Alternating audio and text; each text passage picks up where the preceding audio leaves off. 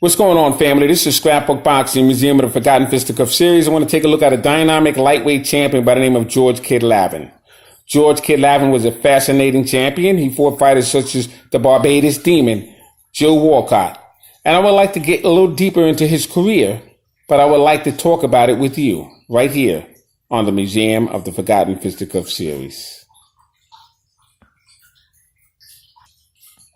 Now, George "Kid" Lavin's name was George Henry Lavin. He was also known as the Saginaw Kid. He was born December 6, 1869 in Bay City, Michigan, not too far from the Michigan assassin, Stanley Ketchel. He died March 9th, 1928 in Detroit, Michigan. He stood 5 foot 3.5 inches and weighed anywhere between 124 to 140 pounds. He had a reach of 64.5 inches and was managed by Sam Fitzpatrick. Now, the thing about George "Kid" Lavin, he had a very distinguishing build, somewhat like Bob Fitzsimmons. He was very sturdy on top, very strong, powerful build on top. He was entered in the Ring Boxing Hall of Fame in 1959 and in the International Boxing Hall of Fame in 1998.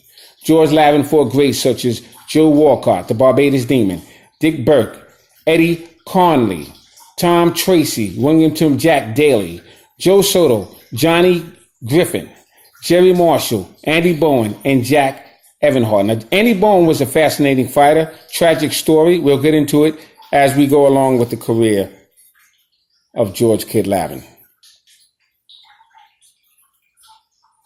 Now, in the year of 1894, he fought the historic battle with Andy Bowen, New Orleans fighter. He had great fights out of New Orleans. And Jack Berkey fought the longest contest on record. Kid Lavin knocked out Andy Bowen, who unfortunately died the next day due to severe beating, which he suffered from George "Kid" Lavin. In June 1896, Kid Lavin met Dick Burke in London and won the World Lightweight Championship of the world. He knocked out the Englishman in 17 rounds. Fascinating story. Let's take a look at his fight record. Now, George "Kid" Lavin began his professional career in 1885. He was placed on a card on September 7th against a fighter by the name of Morris McNally. This was in Saginaw, and he knocked him out in 1 round. Saginaw is in Michigan. September 11th, Billy White, Saginaw, Michigan. He knocked him out in 1 round. September 21st, Billy Roberts, Saginaw, Michigan. He knocked him out in 3 rounds. October 19th, Bob Ralph, Saginaw, Michigan. He KO'd him in 3 rounds. Now, this would continue. The only 2 fighters that will survive the scheduled round with him would be Red Elliott and Jack Cherry. That fight took place November 18th in Saginaw, Michigan. That was a 4-round victory. And December 28th with Chad Jerry. That fight took place in Saginaw, Michigan. 8-round victory. 1887, he would face Picky Johnson. That fight would take place January 9th, 1887, in Saginaw, Michigan, and he would defeat him in 8 rounds. March 1st, George Siblings. He fought him twice. He fought him April 26th and March 1st, 1 in Saginaw, Michigan, and 1 in Grand Rapids, Michigan. He had a 77-round draw in the fight in Saginaw and 55-round draw in Grand Rapids. Fascinating. 1888, he would fight 3 times. March 3rd, Billy Bushy, Saginaw, Michigan. No decision in 4 rounds. June 10th, the Unknown, and that was a very good fighter, the Unknown. Masty, Michigan. He defeated him in 3 rounds. I've seen his record several times, and I'm surprised he lost his fight because he has a lot of victories. September 21st, Jack Menton. He would defeat him in 12 rounds.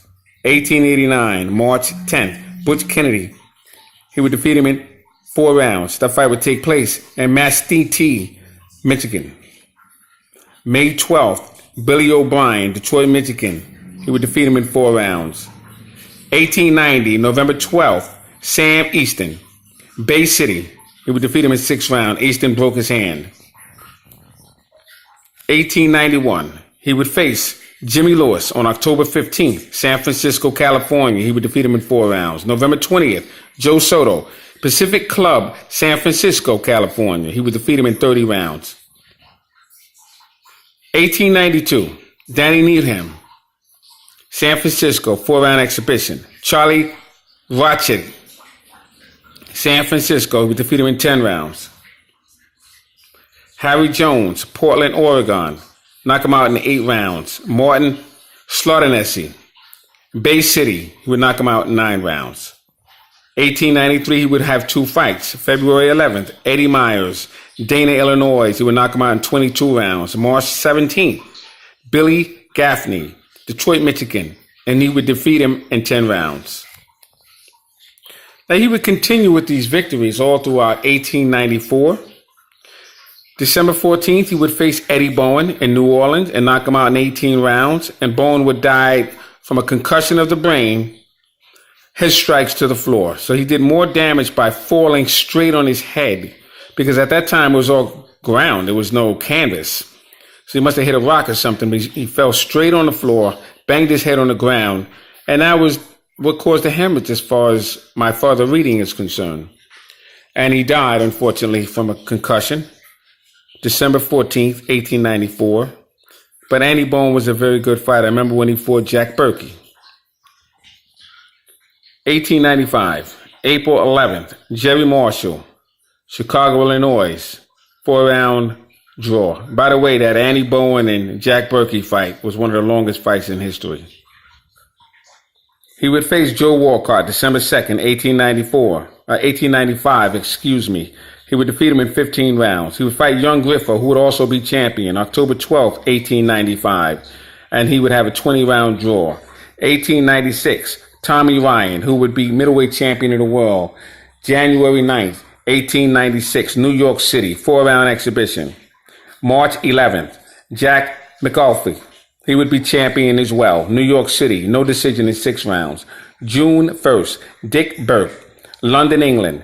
He would knock him out in 17 rounds, and that's when he would win the lightweight championship of the world. Fascinating. July 20th, he would have a fight with no decision in 4 rounds. Jack Evenhart, very good fighter, October 27th, 1896, New York. He would knock him out in 24 rounds. That would be for the title bout. So he would successfully defend his championship belt. 1897, January 11th, Owen Ziegler, Philadelphia, Pennsylvania, no decision in 6 rounds. Kid McPartland, New York. He would defeat him in 25 rounds on February 8th, 1897. And this would continue. He would have a victory over Joe Walcott. Astonishing. That would be a 12-round victory, October 29th, 1897 in San Francisco. That would be over Joe Walcott, the Barbados Demon. 1898, February 3rd, he would face Jay Hammond, Detroit, Michigan, 4-round exhibition. Jack Daly, March 17th, that's St. Patrick's Day, 1898. Cleveland, Ohio, he would have a 20-round draw. He would face Jack Daly again in Philadelphia, Pennsylvania, and have a 6-round no decision bout. That would take place April 11th, 1898. Frank Earn, who would be a lightweight champion of the world, September 28th, 1898. Coney Island, New York, that's in Brooklyn. He would have a 20-round draw. Tom Tracy, San Francisco, California. He would defeat him in 20 rounds. That would be for a championship bout. 1899, he would have 2 more fights. Mysterious Billy Smith, San Francisco, California. He would lose to him in 14 rounds. July 3rd, Frank Earn, who would be champion as well. Buffalo, New York. He would lose to him in 20 rounds and lose the lightweight championship of the world. So Frank Earn would take the title away from George Kid Lavin and lose that fight eventually to Joe Gans. And the title will go along with it. George McFadden, October 6, 1899, New York City. He'll be knocked out in the 19th round. George Kid Lavin was a very good fighter. I will be entering him in my Museum of the Forgotten Fisticuffs series. He was a champion. He fought some of the greats out there at that particular time. And that's all we ask of the fighters, to fight the best that you can fight at the time of your career. However successful you are, if you train hard and you learn your fundamentals and you're a naturally good fighter, you're going to win a lot of those fights. So salute to George Kid Lavin. Salute to my subscribers. Salute to the old school boxers. I want to get into something in one moment. All right, family, I want to continue with a conversation that I heard the other day, and I want to just say salute to my brother, BFTB.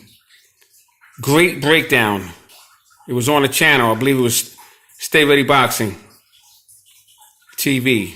By the way, subscribe to Stay Ready Boxing TV. Excellent channel. Very informative. Solid brother. Real good information. But BFTB, he was on that channel. And he was trying to break down the lineage, and he did a great job. Salute the brother. I'm very proud of him. Outstanding job he did, because it's very confusing, that lineage. And I'm going to break it down a little bit more right now, just so everyone clearly understands. But he did a phenomenal job. Dynamite job. Salute to my brother, BFTB. But we're going to get into it real quickly. What actually happened? The ring belt was never the lineage belt. That belt took place 1923. The ring started in 1922. Nat Flasher founded the organization in 1922.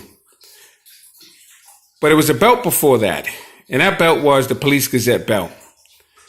Now, Jake Kilrine, who I'm going to show you, was offered the belt in 1887 after he had a fight with a fighter by the name of Jim Smith.